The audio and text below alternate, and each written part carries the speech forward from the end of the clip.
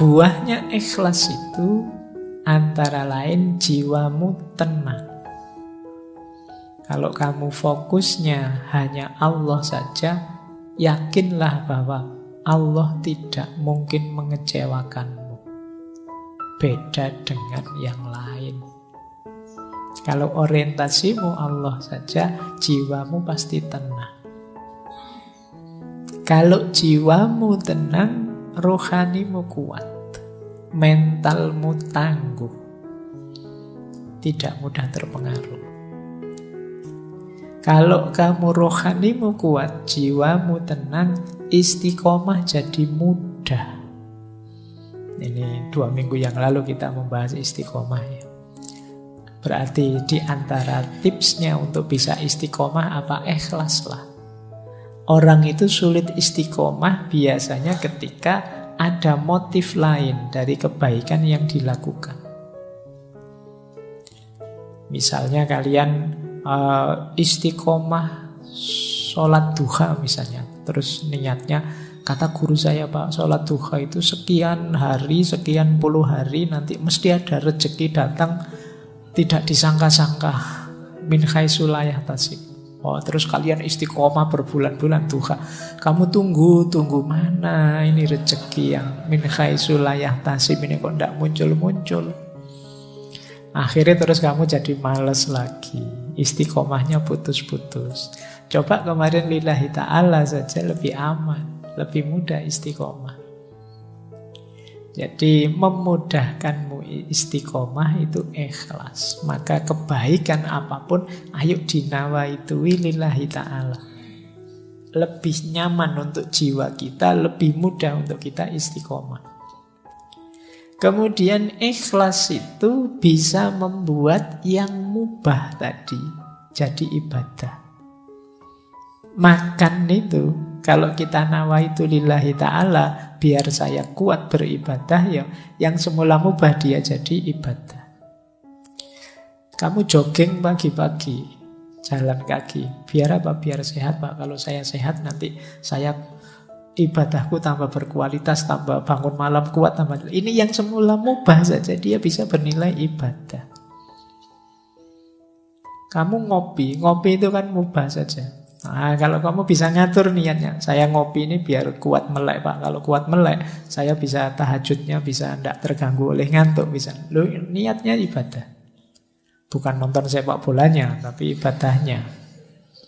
Jadi yang mubah bisa jadi ibadah. Kalau ditempeli ikhlas lillahi ta'ala, untuk kepentingannya Allah, ujungnya tetap Allah saja. Kemudian bahkan keinginanmu untuk ikhlas, nawa itu ikhlas, itu sudah ada pahalanya sebelum dilakukan, bahkan sebelum tuntas pun sudah ada keutamaannya, ada pahala-pahala dari Allah. Niat baik saja itu kan sudah pahala. Ya niat yang baik itu kan ya niat lillahi ta'ala. Jadi sebelum dijalankan kebaikan itu masih dalam bentuk niat saja untuk Allah, itu sudah pahala, apalagi sudah dijalankan. Kemudian tentu saja ikhlas itu membuahkan pertolongan dan perlindungan Allah. Kalau ini sisi vertikal. Sisi horizontalnya apa? Membuat kita kuat, teguh saat ada kesulitan. Jadi makanya orang itu yang orientasinya Allah saja, kesulitan apapun tidak membuat dia gelisah. Nah, itu seperti munajatnya Nabi waktu beliau dikejar-kejar di Taif, dilempari batu itu kan. Beliau bilang, in lam takun wadiban alayya fala ubali. Meskipun aku berdarah-darah seperti ini, ditolak oleh umatku sendiri, dikejar-kejar seperti orang gila, asal engkau tidak murka padaku ya Allah, aku tidak peduli. Oh, ini berarti apa? Mentalnya kuat, teguh menghadapi persoalan. Kalau cuma tidak lulus ujian, terancam DO, tidak masalah. In lam takun wadiban alayya fala ubali ya Allah. Tapi kalau tidak lulusmu karena males, ya Allah marah. Jadi lakukan kebaikan semaksimal mungkin. Kalau hasilnya tidak seperti yang kamu harapkan, tidak masalah. Yang penting Allah ridho. Allah itu ridho karena engkau tidak nabrak aturan-aturan yang Dia tetapkan. Jadi ini buahnya orang ikhlas. Dari vertikal, horizontal, ke dalam, keluar, itu buahnya sangat positif. Latihanlah untuk jadi orang ikhlas. Baik, kita lanjutkan. Nah, sekarang muhasabahnya, ayo dicek. Dalam diri kita ini sudah ada kualitas ikhlas atau belum? Ini ada beberapa ciri. Kita ambil dulu ciri umum ya. Ini tanda-tanda kita sudah ikhlas. Yang pertama apa? Melakukan sebaik mungkin kebaikan termasuk ibadah meskipun sedang sendirian. Nah, ini berarti kita ciri-ciri orang ini ikhlas. Fokusnya Allah saja. Kalimat meskipun sedang sendirian ini penting. Karena kadang-kadang kita itu kalau pas banyak orang gayane, kalau ngimami suratnya panjang-panjang. Tapi begitu sendiri yo kulhu sama ina atau ina. Cowopet sholatnya. Itu ciri-ciri kamu ada riyaknya. Jadi biasanya kan begitu. Kita kalau ada banyak orang pamernya dikedepankan. Itu kemungkinan tidak ikhlas. Baik kalau pas banyak orang saja. Kalau tidak ada orang, aslinya kelihatan. Ini ciri-ciri belum ikhlas. Tidak lillahi ta'ala, masih karena orang. Yang kedua, masih mau mendengarkan nasihat atau petunjuk. Orang itu ketika ingin dekat dengan Allah, ingin perjalanannya lurus menuju Allah, itu biasanya takut salah jalan, takut tidak diridhoi Allah. Ini membuat dia tidak berhenti belajar. Ketika dia tidak berhenti belajar, ya dia terbuka terus untuk memperbaiki diri, biar tambah dekat dengan Allah, biar tambah dekat dengan Allah. Jadi cirinya orang ikhlas itu semangat belajarnya tinggi. Kenapa? Dia ingin lebih baik, lebih dekat terus pada Allah. Khawatir keliru, jangan-jangan mulutku saja yang lillahi ta'ala, tapi perbuatanku belum. Maka dia berusaha terus-menerus untuk belajar. Yang ketiga, orang ikhlas itu tidak ingin menonjol dan tidak suka dipuji. Ini mungkin mirip kita ya, cuma dibuang tidaknya. Kita kan ingin selalu menonjol, ingin selalu unggul. Kalau dicueki kita marah-marah. Jadi kalau ada yang muji senang. Nah, ini kemungkinan ya kebaikan yang kita lakukan karena orang. Kan sekarang kita melakukan apapun kan kita posting itu kan. Kita foto, kita posting biar orang tahu. Itu kalau tidak ada yang jempoli, tidak ada yang muji, tidak ada yang kita mungkin sedih sekarang. Sudah posting 1 hari lebih loh ya, ini kok yang jempoli cuma 2 misalnya. Ya, 2 itu pun ya cuma teman satu kamar. Nah kita sering begitu, kamu gelisah melakukan, kamu nunggu dipuji orang. Padahal cuma satu kamarnya 3, berarti yang satu nggak jempoli juga. Nah kita ingin, hari ini kan peradaban, hari ini tuh peradaban yang sering saya sebut istilahnya FOMO itu kan, fear of missing out. Kita khawatir hilang, ingin kelihatan terus, ingin menonjol terus. Melakukan kebaikan kalau tidak diposting kan kita rasanya ada yang kurang. Kadang-kadang sholat saja kan kita posting, berangkat ke masjid nih, terus nanti di depan sana. Nah, ya kan, terus duduk paling depan nih misalnya, terus wah terus gitu. Kadang-kadang sholatnya pun kamu taruh HP-mu di syuting. Ngaji juga begitu kamu. Ingin selalu kelihatan. Nah, baik, orang ikhlas itu tidak ingin menonjol, tidak suka dipuji. Bahwa orang muji monggo saja, itu bukan yang saya kejar. Bahwa saya kok kelihatan unggul, kelihatan menonjol di antara yang lain, tidak masalah. Tapi itu bukan target. Kemudian selalu muhasabah. Tidak merasa sudah paling benar, sudah paling ikhlas, sudah paling nomor satu. Dan yang terakhir, lebih suka beramal diam-diam, secara rahasia. Nah, tidak suka pamer itu. Ini memang agak kebalikan peradaban hari ini. Peradaban hari ini itu orang selalu ingin kelihatan. Mungkin juga mental kita itu, kalau kita kan sering kalau ada apa-apa, tidak ada fotonya hoax, tidak ada videonya hoax. Jadi akhirnya bawah sadar kita itu melakukan apapun ada fotonya, ada videonya. Jadi mungkin peradaban hari ini itu bisa kita sebut peradaban riya. Pamer terus apa-apa ingin dipamerkan.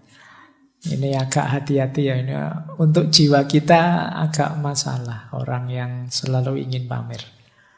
Kata Syekh Zunun Al-Misri lebih tegas lagi. Kata beliau, orang ikhlas itu adalah orang ketika dipuji atau dicela, dia tidak akan terpengaruh. Pujian dan celaan itu dianggap sama. Kalau dia yakin ini kebaikan, dipuji orang atau dicela orang, dia tetap melakukannya. Ada yang ngasih jempol atau tidak, saya yakin ini baik, ya saya jalan. Ini orang ikhlas. Yang kedua, lupa kalau sudah melakukan kebaikan. Ini berarti orangnya ikhlas. Misalnya sudah memberi utang teman bulan yang lalu, itu mungkin 10 tahun lagi masih diingat. Wah, kamu dulu zaman kuliah kalau bukan... jadi dieling-eling terus temennya hutang 20.000 saja. Ini kamu dulu itu 20.000 belum kamu bayar loh sampai sekarang. Baik, ya berarti memang ya ndak salah, cuma belum ikhlas. Ikhlas itu biasanya ndak dianggap lagi, sudah melakukan kebaikan ya sudah saatnya kebaikan selanjutnya.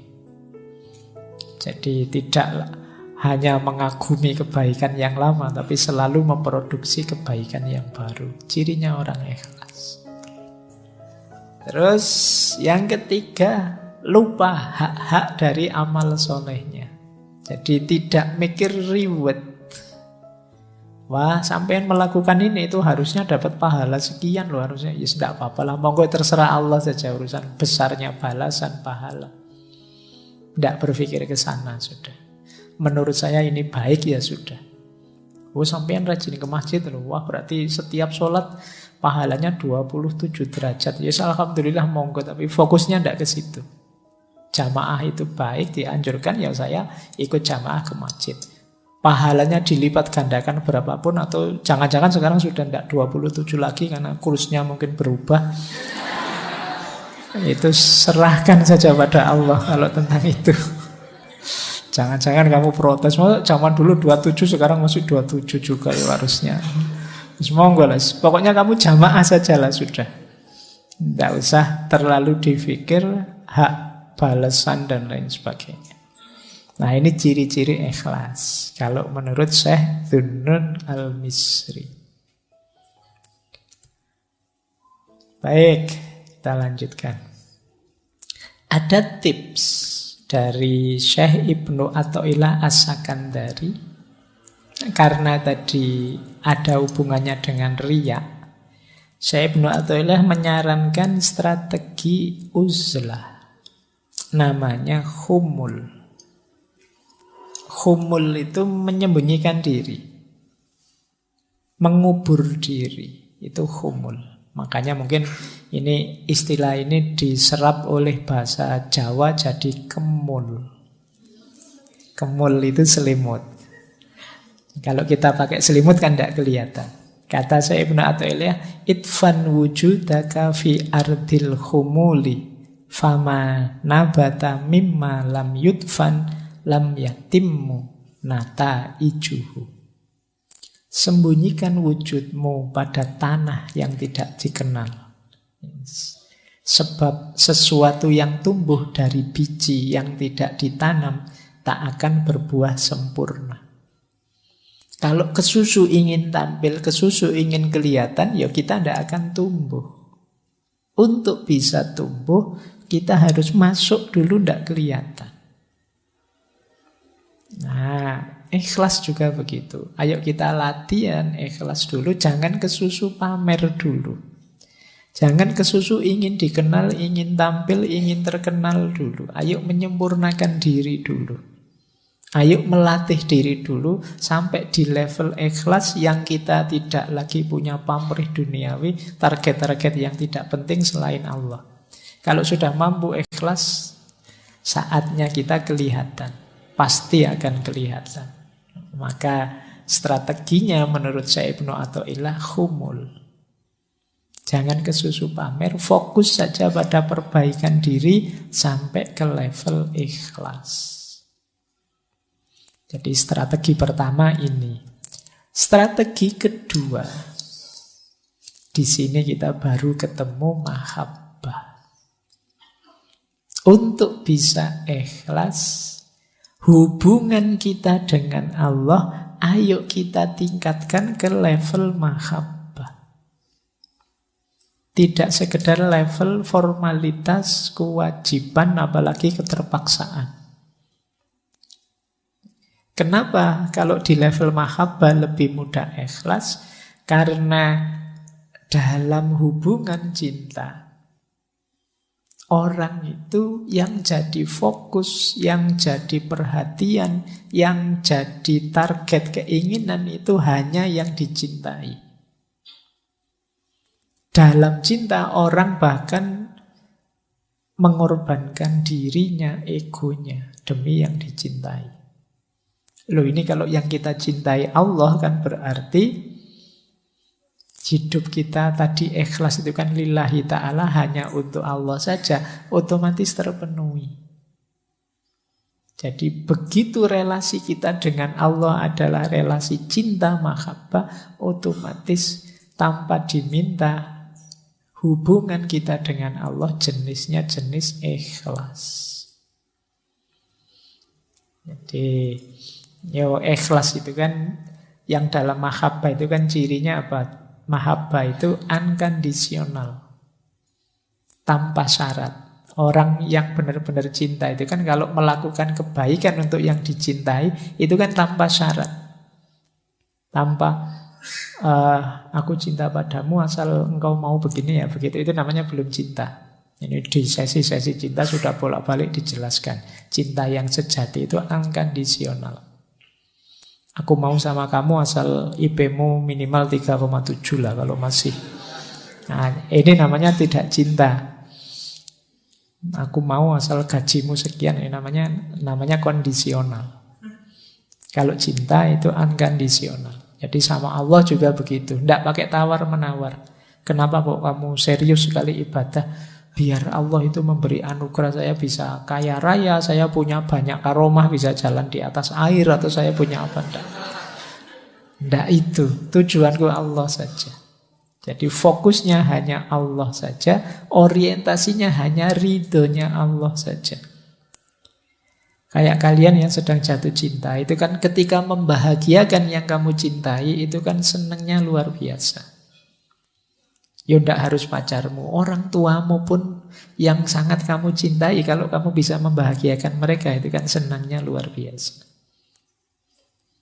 Maka cintailah Allah, otomatis hubunganmu dengan Allah berubah jadi hubungan ikhlas tadi, hubungan yang bersih, jernih, tidak ada yang lain selain Allah saja. Nah, ini strategi kedua. Yang pertama tadi humul, yang kedua mahabbah. Ada tips dari Imam Ghazali untuk meningkatkan mahabbah kita menuju mahabbahnya Allah, cinta pada Allah. Jadi ini kalau bahasa saya teori dari mahabbah menuju ikhlas. Kata Imam Ghazali, ayo difikir pelan-pelan ya. Orang itu sebenarnya secara alamiah itu harusnya mencintai Allah. Nah ini rutenya ini. Yang pertama apa? Orang itu biasanya muhibbun li nafsihi. Cinta pada dirinya. Ini yang disebut ego tadi. Jadi ingin menyenangkan dirinya itu muhib li nafsihi. Orang ini karena ingin menyenangkan dirinya, muhibbun li nafsihi, pada akhirnya muhibbun lil muhsin alladzi ahsana ilaihi. Dia juga sebagai efeknya apa? Cinta pada orang yang berbuat baik kepadanya. Orang yang menyenangkan dia, membahagiakan dia. Nah, ini secara natural begitu. Orang itu secara alami cinta pada dirinya, berarti sebenarnya dia jika cinta pada orang lain yang membahagiakan dirinya. Nah itu muhsin alladzi ahsana ilaihi. Berarti apa? Sebenarnya kita itu punya fitrah al-muhib lil muhsin. Kita itu sebenarnya cinta pada orang baik. Jadi karena orang baiklah yang punya kemungkinan berbuat baik padaku. Siapapun itu orang baiknya. Nah, kalau naik lagi satu level sebenarnya dari orang baik. Kenapa sih kok kita cinta pada orang baik? Karena dalam diri orang baik ada kebaikan. Berarti apa? Sebenarnya kita itu mencintai kebaikan. Kalau kita mencintai kebaikan, kalau kita berpikir lagi lebih dalam, sebenarnya ada Sang Maha Baik, yaitu Allah. Jadi semua tadi pada ujungnya, kalau kita mau merenung agak dalam, sebenarnya cinta kita itu harusnya sudah tumbuh pada Allah. Hanya saja selama ini kita tidak pernah merenung sedalam itu. Nah, ini nanti bagian yang harus kalian ulang.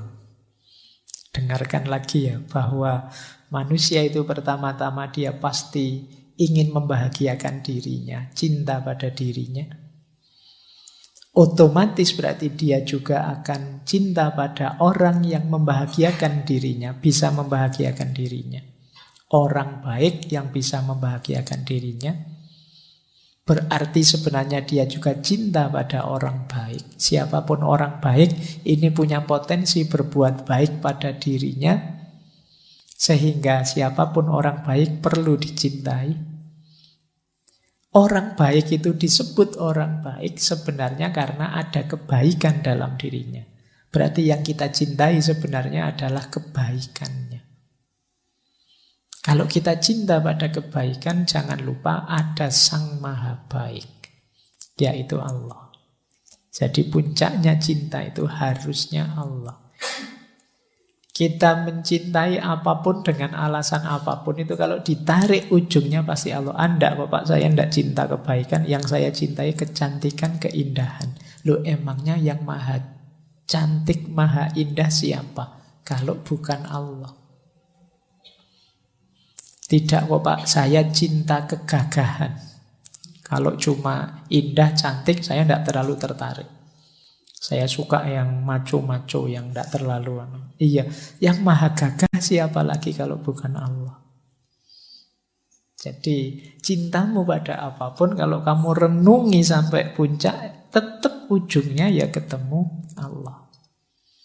Jadi sebenarnya tidak ada alasan kalian tidak mencintai Allah. Berarti tidak ada alasan kalian itu melakukan apapun tidak secara ikhlas. Oke, saya lanjutkan. Nah, ini ada pendukung dan penghalang. Saya agak cepat ya waktunya. Ini real time sekarang, kalau di rekamannya mungkin belum nyampe 1,5 jam, karena kita mulainya agak telat. Nah, pendukungnya ikhlas itu tentu saja ilmu, ini pasti. Tidak mungkin ikhlas bisa sempurna, utuh, utama tanpa kita paham apa itu ikhlas. Malam ini sedikit-sedikit kita belajar tentang ikhlas, itu paling tidak kan kita sekarang tahu bagaimana cara kita ikhlas. Maka ilmu jadi kunci. Yang kedua sahabat. Ya tentu saja orang-orang sekitar kita mendukung. Kalau sekelilingmu orang-orang toksik semua, yo kamu tidak akan jauh-jauh dari situ. Cari teman yang enak. Jadi yang mendukung pertumbuhan jiwamu menuju keikhlasan. Yang ketiga, mujahadatun nafas, kemampuan memerangi diri, kemampuan mengendalikan diri. Semakin orang canggih mengendalikan dirinya, menguasai dirinya, semakin mudah nanti mengarahkan pada ideal-ideal hidup, termasuk keikhlasan. Yang keempat, jangan lupa isti'anatullah. Isti'anatullah itu kesadaran untuk minta pertolongan pada Allah. Jangan merasa sudah hebat, sudah bisa. Karena Allah lah yang membolak-balik hati kita. Yang kelima, sadar bahwa kita ini fana, dunia ini fana. Maka eman-eman pamrih amal baik kok hanya duniawi. Eman-eman pamrih amal baik kok hanya sukses sekarang. Hidup hari ini itu tidak segalanya. Jadi yang lebih hakiki besok setelah hidup hari ini. Nah, kesadaran ini akan memudahkan kita untuk ikhlas. Penghalangnya ikhlas tentu saja ada riya. Tadi dijelaskan ujub, merasa sombong, merasa besar, takabur, sombong, hasud. Selama masih ada kedengkian pada siapapun, sulit kalian ikhlas. Karena orang hasud itu targetnya bukan Allah, tapi hancurnya orang yang dia benci. Jadi ini hati-hati, karena hasud itu kalian ingin orang yang kalian benci hancur, kalian tidak sadar sebenarnya engkau sendirilah yang hancur. Karena kedengkianmu, kedengkian itu merusak dirimu. Makanya di surat Al-Falaq itu secara khusus kita diminta berdoa, berlindung dari orang-orang yang hasud. Wa min syarri hasidin idza hasad. Karena orang hasud itu bisa melakukan apapun yang merusak, bahkan merusak dirinya sendiri tidak masalah, asal orang yang dia hasuti juga rusak. Nah, ini merusak keikhlasan. Peradaban hari ini kan antara lain diwarnai follower dan hater. Nah, boleh kamu tidak suka, boleh kamu tidak cocok, tidak setuju dengan sesuatu, tapi semoga tidak nyampe pada level hasud ini. Kebencianmu membuat cita-cita hidupmu hanya kehancuran yang kamu benci. Dan yang terakhir, munafik. Munafik ini orang yang antara ideal dan realitasnya tidak nyambung. Tentu saja tidak mungkin bisa ikhlas orang yang munafik. Jadi ini pendukung dan penghalangnya. Saya lanjutkan. Nah,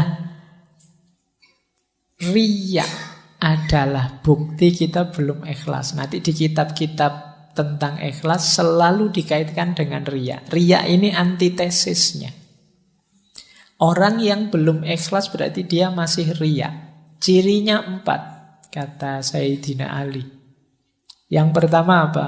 Males kalau sendirian, rajin jika banyak orang, tambah rajin kalau dipuji, males kalau sudah dicela, dikritik. Nah, ini kalian coba ya introspeksi ya. Kebaikan apa yang sudah kalian lakukan selama ini, ada ciri itu enggak? Kalau sendirian ogah-ogahan, begitu banyak orang kelihatan rajin. Kalau sholat sendiri 2 menit, kalau ngimami orang banyak bisa 8-10 menit. Nah, itu alamat ada unsur pamernya. Tambah rajin kalau dipuji, wah sampean kalau ngimami suaranya indah sekali. Wah besok tambah panjang suratnya. Males kalau sudah dicela. Begitu dikritik, besok disuruh ngimami, yang lain sajalah, saya ada kekurangannya. Nah itu coba hati-hati dengan riya. Itu penghalang besar dari ikhlas. Ada uraian bagus dari Syekh Izzuddin Abdus Salam. Ini saya agak cepat. Tentang mengapa kok kita itu mudah riya. Kata Syekh Izzuddin, nafsu kita itu punya kesadaran bahwa semua manusia, apakah itu orang baik, orang tukang maksiat atau raja, itu kan menghormati, memuji, senang dengan orang soleh. Bahkan mereka rela mengorbankan harta dan jiwa demi mengabdi pada orang-orang soleh. Menyadari hal ini, hawa nafsu kita terus mendorong kita pura-pura jadi orang soleh. Biar dicintai, biar dihormati, biar diberi status tinggi oleh orang-orang. Jadi ini nafsu. Jadi dengan kata lain, biar perkataan kita didengar, perintah kita dipatuhi, kesalahan kita dimaafkan, kita tidak dimusuhi, kita tidak disakiti, ayo pura-pura jadi orang soleh. Akhirnya kita tidak ikhlas lagi. Wah enak ya kelihatan jadi ustadz itu, followernya banyak, nanti butuh apa-apa followernya yang menyediakan. Nanti kalau dikritik yang lain yang jawab, dia tidak usah ngapa-ngapain. Kalau dia kemana-mana diajak foto, disalami, wah saya tak gaya kayak gitulah misalnya. Jadi kita riya itu sebenarnya karena dorongan nafsu. Kita melihat fasilitas, kita melihat status, kita melihat kenikmatan orang-orang soleh. Terus kita ingin niru luarnya saja, biar kita dianggap soleh. Nah ini kata Syekh Izzuddin, sumbernya riya itu. Kenapa sih kalau pas ngimami orang banyak kita terus suratnya panjang, biar kita dianggap orang yang hafalannya banyak, kita dianggap orang yang hafid yang luar biasa dan seterusnya. Nah ya lagi-lagi tetap ikhlas hendak itu dalam batin. Ini untuk kita sendiri ya, jangan dipakai nembak orang. Dan kita itu kan sering kalau dapat gini-gini kita pakai nembak orang lain. Oke, nah ini saya bacakan cepat. Kita sering terjebak di sini. Termasuk riya adalah pertama apa? Agar kita tidak dicela orang. Antara lain apa? Ini termasuk riya kata Syekh Izzuddin. Pura-pura di depan karena takut dipandang rendah. Wah. Ini saya harus duduk paling depan ini, biar dianggap santri yang paling rajin misalnya. Kalau niatnya itu riya. Jadi, atau bersedekah karena takut dianggap pelit. Berperilaku seperti orang soleh karena khawatir dianggap orang biasa. Wah saya sotakonya tak beri yang banyak biar dianggap dermawan. Nah ini karena takut dianggap pelit. Termasuk riya, kata Syekh Izzuddin, tidak berani bertanya karena takut dianggap bodoh. Saya mau tanya tapi takutlah nanti dianggap bodoh sama orang kalau balik tanya. Ini sebenarnya termasuk riya. Kamu kan berarti apa? Pura-pura pinter. Padahal yo pingin tanya, wong ndak ngerti, disuruh tanya diam saja. Ini jenis riya juga. Atau kata Syekh Izzuddin, pemuka agama yang dapat pertanyaan sulit tentang satu masalah yang dia tidak tahu. Karena takut dianggap bodoh, terus jawab sak bisanya sesukanya. Ini riya juga. Ya kalau memang tidak tahu, ya jawab saja saya tidak tahu. Jadi, karena kadang-kadang kan beban kan dianggap panutan, dianggap tokoh, itu kan harus bisa menjawab apa saja. Kadang-kadang pertanyaan apapun dijawab. Harus kalau memang tidak tahu kita bilang tidak tahu. Dulu pernah kita mengkaji wisdomnya Imam Malik itu. Karena Imam Malik itu kan pernah dari sekian puluh pertanyaan yang diajukan dijawab cuma 4. Sisanya beliau jawab ana la adri. Tidak tahu saya. Oh sekarang kalau ada ustadz begitu dianggap ustadz. Wah apa ustadz ditakoni kok tidak tahu terus. Tapi justru yang mulia yang seperti itu. Jangan ngawur kalau memang tidak tahu, bilang tidak tahu. Atau karena takut dianggap ilmunya sedikit, terus ngarang-ngarang kalau ngomong. Sudah meriwayatkan, nulis kitab apa. Ngerti temennya males baca buku. Oh saya sudah baca buku ini. Padahal ya nggak pernah. Nah ini juga termasuk riya. Berarti kamu nutup-nutupi fakta bahwa kamu males membaca. Atau ingin cari keuntungan. Misalnya ketemu orang yang ingin dimintai bantuan terus kita pura-pura jadi orang baik, orang soleh. Nah, biasanya kalau sedang mau utang itu kan kamu ngomongnya halus, enak biar kelihatan. Nah, ini jenis riya. Oh, aslinya kamu tidak ramah, tapi kalau ada perlunya jadi ramah sekali. Ini jenis riya. Atau pura-pura jadi orang baik biar tidak ditinggal teman. Pura-pura soleh biar temannya tidak pergi. Berlagak pandai dan amanah supaya dipercaya. Ini termasuk riya. Nah, termasuk riya juga kata Syekh Izzuddin meninggalkan ibadah karena takut riya. Ada ndak di sini misalnya pas nginep di kamar kosnya teman. Biasanya sholat tahajud, tapi begitu di kamar kosnya teman mau sholat tahajud, Anda enak nanti dianggap pamer biasa tahajud. Nah, kata Syekh Izzuddin justru itu jenisnya riya. Meninggalkan ibadah karena takut riya. Kalimatnya Syekh Izzuddin, setan menghasutmu untuk meninggalkan ibadah. Kalau hasutan itu gagal dan engkau tetap ibadah, setan akan membisikkan riya untuk merusak ibadahmu. Jadi oleh setan itu kita dilarang ibadah, kok masih tetap ibadah, kita diwas-wasi dengan riya. Kok kita bisa? Ndak, saya ndak riya lillahi ta'ala. Setan terus ngasih was-was lagi loh. Meninggalkan ibadah untuk menghindari riya itu lebih baik daripada beribadah tetapi riya. Nah itu tadi akhirnya kalian yang biasanya puasa karena di tempatnya teman, sudahlah ndak usah puasa saja, nanti kelihatannya kok kayak pamer. Ini juga riya. Jadi beribadah, tidak beribadah karena takut riya, itu termasuk riya. Kata Syekh Izzuddin, itu dustanya setan. Meninggalkan ibadah karena takut riya, itu bukan ikhlas. Jadi ikhlas itu beribadah karena Allah saja, bukan karena manusia. Meninggalkan ibadah karena takut dilihat orang, itu berarti tidak karena Allah lagi, tapi karena manusia. Meninggalkan ibadah karena takut dianggap Allah, kamu anak soleh ya, kamu sok anu lah. Karena takut label-label dari orang, ini juga jenis riya, kata Syekh Izzuddin. Jadi ikhlaslah lillahi ta'ala, pokoknya full semuanya karena Allah saja, tidak karena macam-macam. Baik, nah ini menarik. Kita akhiri sesi malam hari ini dengan pendapatnya Syekh Abu Syu'aib Sholeh Ar-Rusti As-Susi. Kata beliau, puncaknya ikhlas justru mengikhlaskan rasa ikhlas. Mengikhlaskan rasa ikhlas itu hati-hati. Orang yang merasa sudah ikhlas, perasaanmu bahwa kamu sudah ikhlas, itu bisa saja menggelincirkanmu jadi ujub atau takabur. Ujub itu merasa diri sudah hebat. Takabur itu sombong.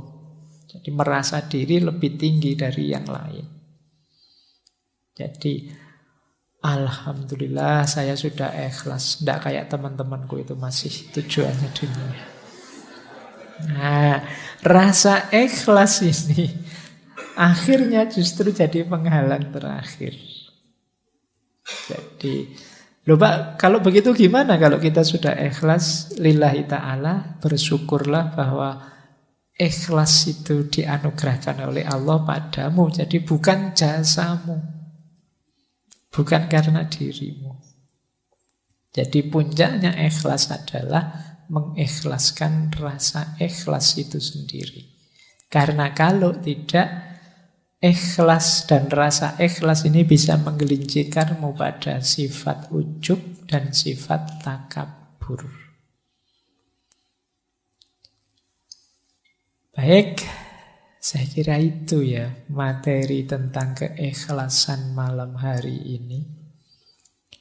Jadi rumusnya yang terakhir, ma la yudroku kulluhu la yudroku kulluhu.